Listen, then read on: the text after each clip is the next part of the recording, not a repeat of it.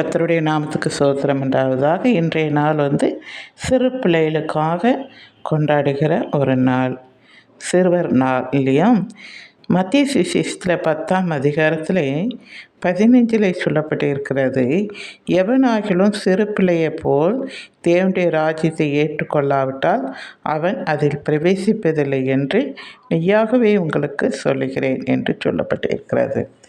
அதாவது சிறு பிள்ளையை போல நம்ம தேவனுடைய ராஜ்யத்தை ஏற்றுக்கொள்ள வேண்டுமா?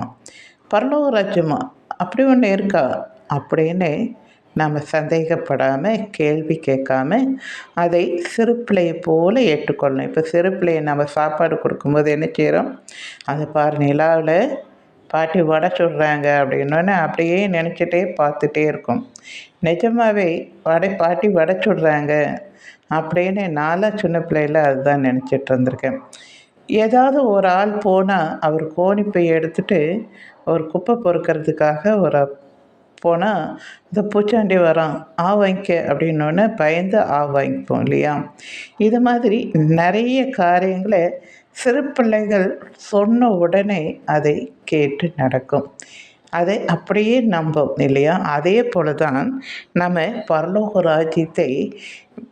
ராஜ்யம் ஒன்று இருக்குது. நல்லது செய்கிறவங்களுக்கு பரலோக ராஜ்யம், தீமை செய்கிறவங்களுக்கு நரகம். திருந்தாமலே என்றென்றைக்கும், அதாவது எவ்வளோ புத்திமதிகள் சொல்லி எவ்வளோ வழி நடத்தினாலும் அவன் அந்த பாவத்திலேயே இருப்பதற்கு தான் விரும்புகிறான். அவன் மனம் திரும்பவே அவன் விரும்பவில்லை என்றால் அவனுக்கு நிச்சயமாக நரகம் ஒன்று இருக்கும் இல்லையா? இதை நாம் ஏற்றுக்கொள்ள வேண்டும். அதாவது ராஜ்யம், தேவனுடைய ராஜ்யம் இருக்குது என்பதை நம்புங்கள். சில நேரத்தில் சந்தேகம் வரும் எல்லாருக்கும், இந்த பூமியிலே தான் நமக்கு நரகமும் சொர்க்கம்னு ஒன்று இல்லை அப்படிலாம் சொல்கிறாங்க. அப்படியெல்லாம் ஒன்றும் இல்லை. தேவனுடைய ராஜ்யம் ஒன்று இருக்குன்றதை சிறு பிள்ளையை போல ஏற்றுக்குங்க. சரிங்களா? தேங்க்யூ.